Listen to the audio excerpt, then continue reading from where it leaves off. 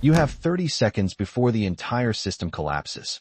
The warning flashed across the largest monitor in the glass boardroom of Whitmore Dynamics, glowing red against a wall of suddenly frozen trading screens as a billion-dollar international deal hung in midair and 20 executives stared in disbelief while the city skyline of Manhattan shimmered quietly beyond the floor-to-ceiling windows as if nothing in the world had changed. But inside the room, everything had. Daniel Whitmore did not move at first. The billionaire founder of Whitmore Dynamics had built a cybersecurity empire that protected banks, defense contractors, and half the financial networks on Wall Street. And yet at that exact moment, every system he owned was failing one after another like dominoes falling in slow motion. The first server rack shut down 12 minutes earlier. Then the backup cloud nodes went offline. Now the global trading interface was completely dark. Millions of dollars were vanishing every minute. Engineers rushed across the room, typing furiously on laptops and tablets, voices overlapping in a rising wave of panic as error codes scrolled endlessly across diagnostic screens. Someone muttered something about a cascading security loop. Another engineer whispered the word breach. A third just stared at the screen as if it had personally betrayed him. Daniel finally stepped forward, jaw tight, eyes fixed on the frozen numbers where the market feed had once been moving like a living thing. "Why is my system dead?" he asked quietly. No one answered immediately. Outside the boardroom, the polished hallway of the 42nd floor remained strangely calm, lit by soft white LEDs reflecting off marble floors that looked almost like still water. A cleaning cart rolled slowly past the glass walls. The man pushing it moved with the unhurried rhythm of someone used to working long nights when everyone else had gone home. Marcus Reed, night janitor, mid-40s, tall, quiet, wearing a faded maintenance badge clipped to the pocket of his dark blue uniform. Most people in the building never noticed him. They passed him in elevators without making eye contact. They spoke around him as if he were part of the furniture. Marcus didn't seem to mind.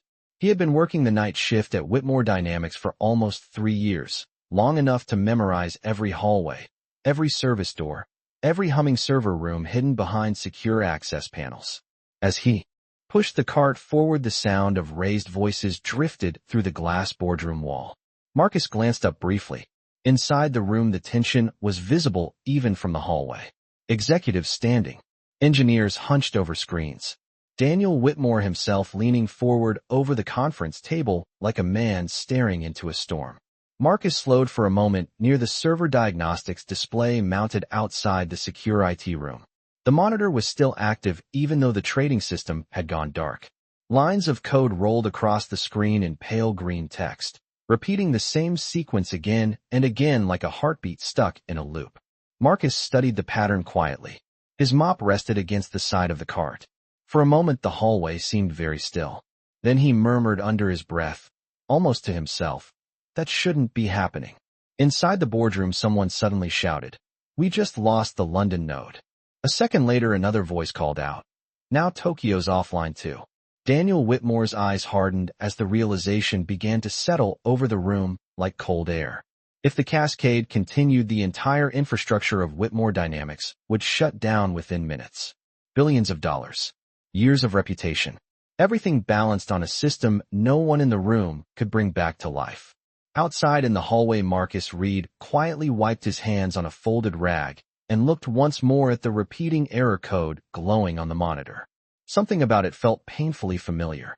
Marcus Reed did not step away from the monitor immediately. The error code continued scrolling across the small diagnostic screen in the hallway, repeating the same command chain over and over again as if the system were trapped inside its own security wall. Marcus tilted his head slightly, studying the pattern. Inside the boardroom, the tension was rising. Voices overlapped, chairs scraped across the polished floor, and someone began listing the financial exposure if the system did not come back online within the next 5 minutes. Daniel Whitmore stood at the center of the room, one hand resting on the edge of the conference table while his engineers rushed around him. He had built his company on the promise that Whitmore Dynamics could prevent exactly this kind of disaster. Their systems protected international banks, protected corporate networks, protected government infrastructure. Yet right now his own system was failing faster than anyone could explain. One engineer spoke quickly, explaining that the security firewall had triggered an automatic defense loop. Another insisted the backup servers should have taken control already. A third was staring at the diagnostic screen with visible confusion. None of the answers made sense. Outside in the hallway, Marcus leaned closer to the monitor again. The repeating command chain triggered a memory that had not surfaced in years. He had seen something like this before. Not recently. A long time ago, when the system architecture had still been young and experimental. When the code had been written by a smaller team, before the company grew into a billion-dollar empire with hundreds of engineers and layers of security protocols. Marcus slowly straightened and glanced toward the glass wall of the boardroom. Through the transparent panels, he could see the entire room frozen in tension. The skyline behind them had turned golden as the late afternoon sun lowered between the skyscrapers of Manhattan, but inside the boardroom, no one seemed aware of the time passing. One of the engineers suddenly spoke louder than the others. He said the cascade failure had spread to the West Coast node. That meant the protective mirror servers had also failed. Another voice said the entire financial network could disconnect within 2 minutes. Daniel Whitmore closed his eyes for a brief moment. When he opened them again, his expression was controlled, but the pressure in the room was now unmistakable. Billions of dollars were moving through those systems every hour. If the platform collapsed completely, the financial damage alone could reach numbers most companies never recovered from. Marcus looked back at the error code. The pattern repeated again. Security Protocol Delta 4 initiating recursive firewall lock. It was a defensive loop meant to protect the system from intrusion, but if triggered incorrectly, it would begin attacking its own internal servers. Marcus remembered the early design discussions about that very problem. He remembered the original patch that had been written to prevent exactly this type of cascade. His eyes moved slowly across the screen again. The patch was not activating, which meant the newer system layers were blocking it. Marcus rubbed his thumb against the edge of the cleaning rag in his hand, thinking quietly. Inside the boardroom, someone said the word impossible. Another engineer said they might need to shut the entire network down manually before the damage spread further. That would mean hours of downtime. The market would react immediately. Daniel Whitmore took a slow breath as the room waited for his decision. Outside in the hallway, Marcus Reed looked once more at the repeating code and felt the quiet certainty forming in the back of his mind. He knew exactly what the system was doing. And more importantly, he knew exactly why it was happening. Marcus Reed stood quietly in the hallway for another second, watching the error sequence repeat across the monitor. The pattern was unmistakable now. The system was protecting itself so aggressively that it had locked its own recovery pathway. The defensive firewall was eating the internal architecture piece by piece, isolating servers that were never meant to be isolated. It was like watching a building seal every exit during a fire drill and then forgetting how to reopen the doors. Inside the boardroom, the tension had grown heavier. One of the senior engineers finally stepped back from his laptop and ran a hand through his hair, his voice low but urgent as he explained that the cascade had now reached the backup verification cluster. If that cluster shut down, the entire trading platform would disconnect from the global network automatically. Another analyst pulled up the financial dashboard and whispered the number out loud. Every 60 seconds of downtime was costing the company over $3 million in halted transactions and penalties across international markets. The air in the room felt tight, like a storm building behind glass walls. Daniel Whitmore walked slowly toward the main diagnostic display, reading the system logs scrolling across the screen. He had spent years building this company, years telling investors that Whitmore Dynamics operated on the most secure infrastructure in the industry. Now he was staring at code that his own engineers could not stabilize. The room waited for him to make a decision. Someone suggested initiating a full shutdown before the system destroyed its own data structures. Another engineer warned that shutting everything down could take hours to restore and the market would react immediately. Daniel looked at the clock on the wall. Every second felt louder. Outside the boardroom, Marcus Reed pushed his cleaning cart forward 2 feet, then stopped again. His eyes moved once more across the repeating command chain on the hallway monitor. He could almost hear the old conversation in his mind from years ago when the early architecture team debated how the security loop should behave under extreme conditions. Someone had warned that the firewall might misread internal traffic as an attack if the authentication timing shifted by even a few milliseconds. Marcus remembered writing a small emergency override patch to prevent that exact scenario. The patch forced the system to recognize its own heartbeat again before the cascade reached the central node. But the patch required direct access to the security console, and that console was inside the boardroom right now. Marcus looked through the glass again. Engineers were still arguing softly. One analyst was already drafting a message to alert investors about possible downtime. Daniel Whitmore stood motionless at the center of the room, staring at the screens as if he could force the system back to life through sheer focus. Marcus exhaled slowly. He wiped his hands on the folded cloth hanging from his cart and adjusted the strap of his maintenance badge. For years he had kept his head down in this building, moving quietly through empty hallways long after the executives had gone home. Most nights the only sound was the hum of server racks behind locked doors. But the system on the screen now was not just another machine to him. It was something he had helped bring into existence long before the company became what it was today. Marcus Reed turned his cart gently toward the boardroom door. For a brief moment he hesitated, listening to the rising tension inside the room. Then he reached out and knocked softly on the glass. The soft knock on the glass door barely rose above the noise inside the boardroom, but it was enough to make one of the engineers glance toward the hallway. For a moment no one said anything. Marcus Reed stood outside with one hand resting lightly on the handle of his cleaning cart, his posture calm, his expression steady. Inside the room the pressure had reached a breaking point. Lines of code continued to stream across the central monitor, each one confirming what the engineers already feared. The cascade had not slowed. In fact, it was accelerating. One analyst spoke quietly but urgently, explaining that the authentication servers were now rejecting their own internal traffic. The system believed it was under attack. Another engineer shook his head in disbelief as he watched the firewall log multiply across the display. The architecture was sealing itself layer by layer. Daniel Whitmore turned slightly when he noticed the movement at the door. His eyes moved past the engineers, past the screens, and landed on the man standing quietly in the hallway. For a moment he seemed puzzled, as if the sight did not belong in the middle of the crisis unfolding around him. One of the younger analysts followed his gaze and frowned. The analyst stepped toward the door and opened it halfway, clearly irritated by the interruption. Marcus spoke calmly, his voice steady and respectful. He said he believed he knew what was happening inside the system. The analyst stared at him for a second before letting out a short laugh that carried just enough disbelief to draw attention from the others in the room. Several heads turned. One engineer looked openly confused. Another raised an eyebrow. The analyst gestured toward Marcus's cart as if that alone explained everything.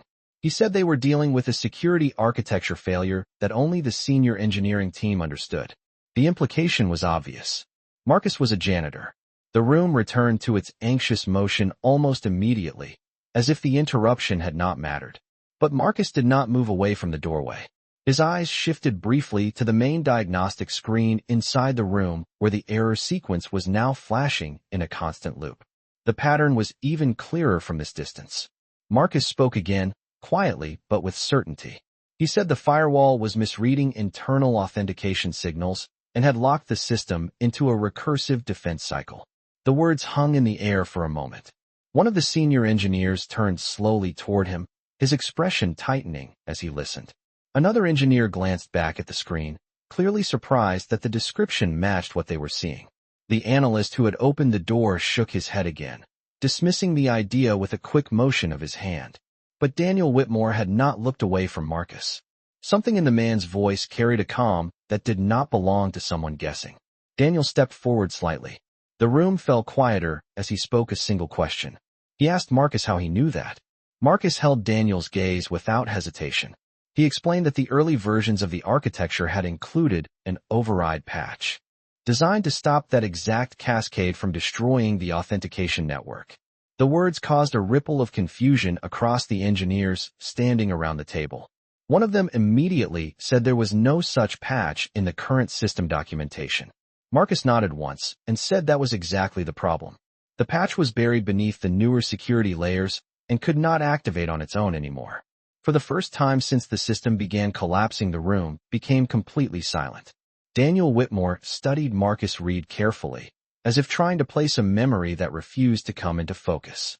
Then he asked the question that no one else in the room had thought to ask. He asked Marcus what the patch was called. Marcus did not answer immediately. For a brief moment the room seemed to hold its breath. The engineers standing around the conference table looked from Marcus to the main diagnostic screen and back again, as if the situation had suddenly become something none of them had prepared for. The cascade alert continued flashing across the display, each new line confirming that the security firewall was still sealing off internal nodes one by one. Another server cluster dropped offline somewhere in the network, and the notification appeared in red letters across the corner of the screen. One of the analysts whispered the time left before the central trading node would be forced into shutdown. Daniel Whitmore remained focused on Marcus Reed. His voice stayed calm, but there was no mistaking the weight behind the question. Marcus finally spoke. He said the patch was called Sentinel Echo. The name seemed to move through the room like a quiet ripple. Two of the senior engineers exchanged a confused glance. One of them immediately turned toward his laptop and began typing quickly, searching through archive documentation. The engineer frowned almost immediately. He said the name did not appear in any of the current system modules. Marcus nodded once, as if that response was exactly what he expected to hear. He explained that Sentinel Echo had never been part of the final public documentation because it had been written during the early architecture testing phase, when the security framework was still experimental. The purpose of the patch had been simple. If the firewall ever misidentified internal authentication traffic as an attack, Sentinel Echo would reintroduce the system to its own heartbeat and stop the cascade before the servers began isolating themselves. Another engineer shook his head slowly. He said that kind of override would require direct access to the core security console. Marcus replied that it did. The room grew quieter again. One analyst looked toward Daniel Whitmore with visible uncertainty. Another engineer glanced back at the screen where the cascade counter was still climbing. The firewall had already sealed off nearly 40% of the authentication network. If the cascade reached the central node, the entire system would shut itself down automatically. Daniel Whitmore asked Marcus one more question. His voice was even quieter now. He asked Marcus how he knew about a patch that none of his current engineering staff had ever seen. Marcus rested his hand lightly on the handle of the cleaning cart beside him. The fluorescent hallway lights reflected softly off the polished floor behind him. For years he had moved through this building almost invisibly, long after the executives had gone home and the offices had fallen silent.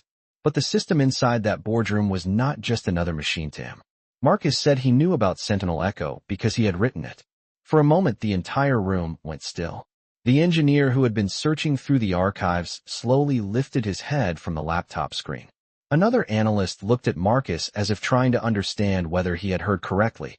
Daniel Whitmore did not speak right away. He studied Marcus carefully, his expression changing in a way that no one in the room had seen before. Outside the glass wall, the sun was lowering behind the skyline of Manhattan, casting long reflections across the marble floor of the hallway. Inside the boardroom, the cascade counter continued climbing toward the final threshold, and for the first time since the crisis began, every person in the room was looking at the same man standing quietly beside a janitor's cart. The silence after Marcus spoke felt heavier than the alarms on the screen. For several seconds, no one in the boardroom moved. The cascade counter continued rising quietly in the corner of the display, while lines of security logs streamed across the monitors like an unstoppable tide. One of the senior engineers finally leaned closer to his laptop again, searching through older system archives with renewed urgency. His fingers moved quickly across the keyboard, pulling up layers of documentation that had not been opened in years. Another engineer walked slowly toward the main server console, studying Marcus Reed with a mixture of disbelief and cautious curiosity. The room that had been filled with overlapping voices only moments earlier was now almost completely silent. Daniel Whitmore remained standing at the center of the conference table, his eyes fixed on Marcus as if he were trying to understand how the man in a maintenance uniform could possibly be connected to the foundations of the company he had built. The cascade alert blinked again on the screen. 43% of the authentication network had already been sealed off by the firewall. If the cascade reached the central node, the system would shut itself down within minutes. One analyst whispered the updated projection to the engineer beside him. The engineer exhaled slowly and glanced toward Daniel Whitmore. Marcus stood calmly in the doorway, his hands resting lightly on the handle of the cleaning cart. He did not appear nervous. He did not raise his voice. He simply watched the screens the same way someone watches a storm forming on the horizon. Daniel Whitmore finally spoke. He asked Marcus if Sentinel Echo could still work after so many updates to the system architecture. Marcus looked toward the main console, where the error pattern continued looping. He explained that the patch had never been removed. It was still embedded deep within the original authentication layer, but the newer security modules had buried the activation command beneath multiple protocol filters. That was why the system could not trigger the override automatically anymore. One of the engineers straightened slightly. The explanation matched what they were seeing in the logs. The firewall was blocking its own recovery pathways. Another engineer said that even if the patch still existed, they would not have time to rebuild the access chain needed to reach it before the cascade finished sealing the network. Marcus shook his head gently. He said they did not need to rebuild anything. The override command was still there. It simply required the correct sequence to reach it through the newer layers. The engineer who had been searching through the archives suddenly stopped typing. He slowly turned the laptop screen toward the others. A small reference appeared in the deepest section of the old system documentation. Sentinel Echo. Written during the early security development phase. The engineer looked up with visible surprise. He said the author field listed only 2 names. One of them was Daniel Whitmore from the founding team. The other name on the file was Marcus Reed. The room went still again. Daniel Whitmore stared at the screen for a long moment. Then he looked back at Marcus with a new expression that none of the employees in the room had ever seen before. The cascade counter climbed again. 48%. The system clock continued moving forward 1 quiet second at a time. Marcus finally stepped inside the boardroom and walked toward the main console. His voice remained calm when he spoke again. He said that if they wanted the system back, they needed to move quickly. Because the moment the cascade reached 60%, the override pathway would disappear completely. Marcus Reed stepped up to the main console, and the engineers instinctively moved aside, their earlier disbelief replaced by a cautious urgency that filled the room like electricity in the air. The large diagnostic display continued flashing the cascade alerts while the percentage climbed higher with each passing second. 49%. 50%. The system logs scrolled endlessly across the monitors as the firewall sealed off more internal pathways. Marcus studied the screens for a brief moment, his eyes moving across the layers of code the way a seasoned mechanic studies the sound of an engine. Daniel Whitmore stood just behind him now, watching closely but saying nothing. The employees of Whitmore Dynamics had never seen their founder this quiet during a crisis. Marcus reached for the keyboard and rested his fingers lightly on the keys. He did not rush. Instead, he asked one of the engineers to pull up the deep security console that had not been accessed in years. The engineer hesitated only a moment before typing the command sequence that opened the buried interface.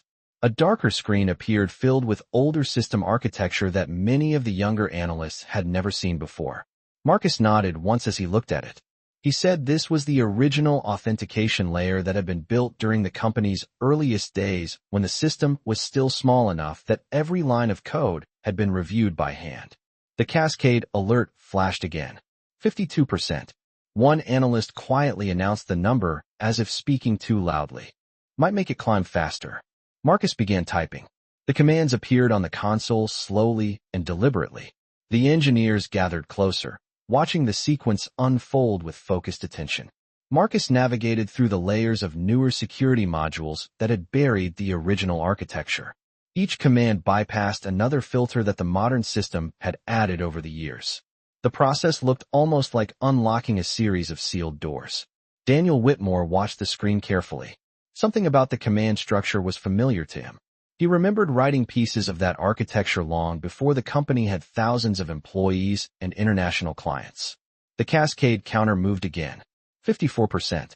One of the analysts whispered that the system would reach 60% within 2 minutes if the cascade continued at the current rate. Marcus did not look away from the console. He typed another command, and the screen shifted to reveal a hidden section of the authentication core. For the first time since the failure began, a small dormant module appeared in the log file. Sentinel Echo. The room seemed to inhale collectively. Marcus explained quietly that the override would not stop the cascade instantly. Instead, it would reintroduce the system to its original authentication heartbeat and force the firewall to recognize its own internal signals again. If the timing was correct, the defensive loop would collapse on itself and release the sealed nodes. The cascade counter flashed again. 57%.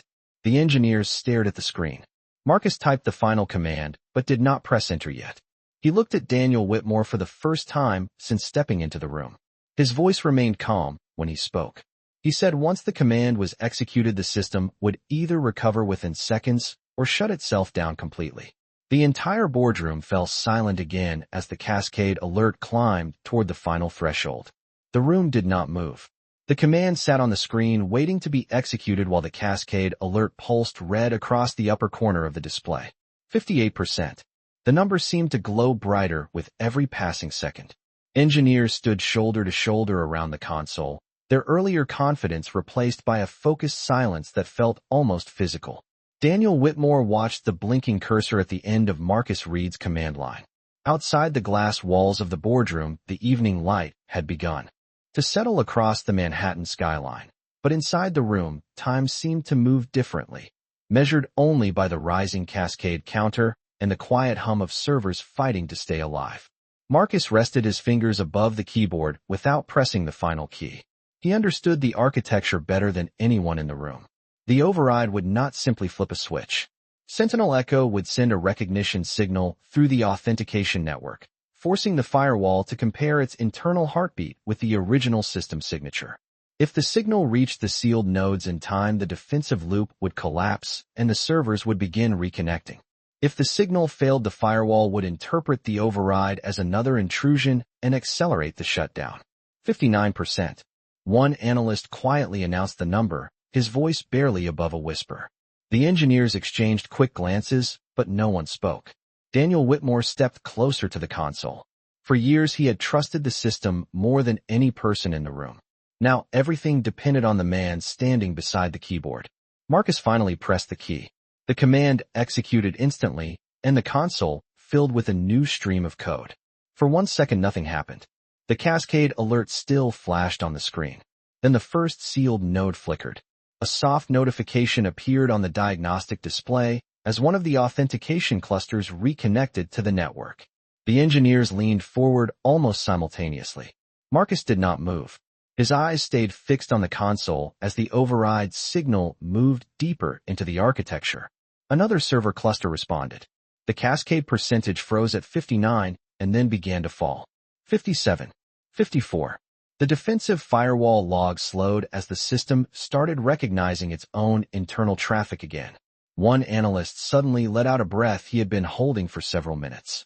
Across the room, another engineer watched the trading interface return to life one panel at a time as the financial data streams reconnected.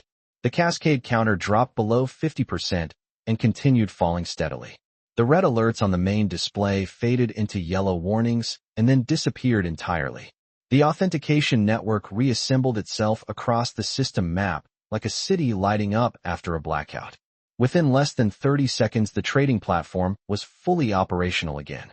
The monitors that had been dark minutes earlier now showed live market activity flowing across the screens. No one spoke for several seconds. The room simply watched as the final diagnostic message appeared on the console.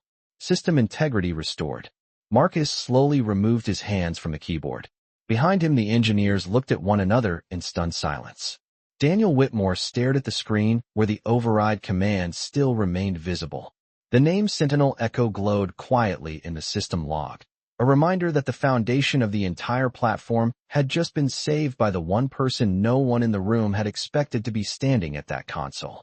The boardroom remained quiet long after the system had stabilized. The screens that only minutes earlier had been flashing warning signals now displayed flowing market data once again, numbers moving steadily across the monitors as if the crisis had never happened.